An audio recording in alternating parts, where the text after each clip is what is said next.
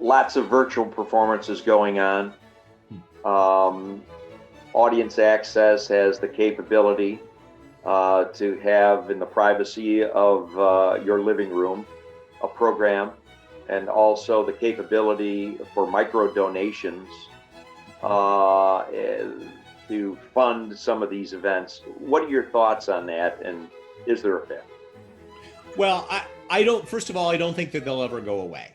I think that arts organizations during this pandemic have realized that the brick and mortar performance is not the only definition of who they are as an organization. That was a hard lesson to learn. Many organizations have done virtual events and are learning, and they're having to work out what is the business model. At first everything was free. And then, we had to work through some union issues and things because there's some intellectual property and rights and royalties that need to get paid.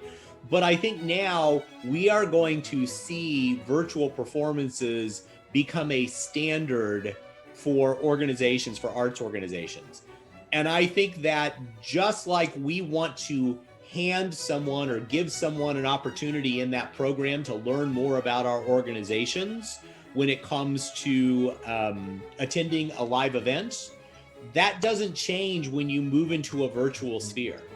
And that opportunity to interface with that person in their home and them to be able to look at that program and be able to not only get the information about the program, but maybe your ticket price you think is lower, the value proposition is less because they're not coming on site.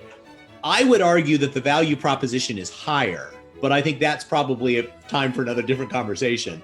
But if you do come from the idea that the value proposition is lower, that the ticket price is lower, then I think there's an even greater opportunity, post or in the middle of the performance to be able to do those micro donations, because people give if they feel like they're being moved.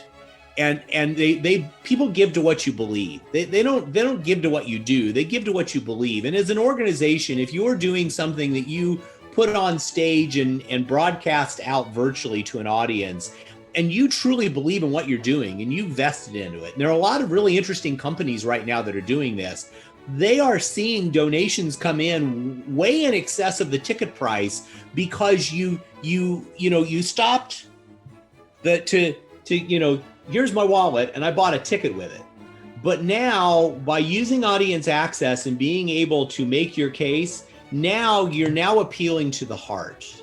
And you're appealing to the heart in the moment when the person is enjoying that performance and giving them the ability to say, yes, what you're doing as an organization has value beyond the wallet to what's going on, and I believe in what you're doing virtually, and yes, maybe I'll return to the live performance after we all get the vaccine, but for those folks, I had a number of folks in the opera world. We have one of the oldest audiences in the opera world, and literally I had people in Indianapolis, for example, who would say to me, Kevin, I can't come to the opera anymore because I'm too old and I can't drive, or the nursing home won't send the group van, at the times that I can go.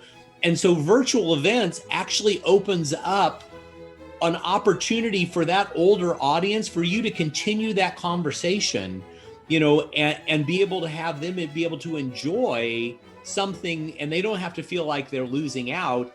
And it also allows you to continue to cultivate them as a donor, because a lot of times those older donors were some of your great donors, but now because their horizons have closed in, they can't do it anymore. Well, that conversation doesn't have to stop. And I think the audience access program can be, again, another tool that fits in with that and helps really round out for an arts organization their ability to continue the level of engagement with their customers.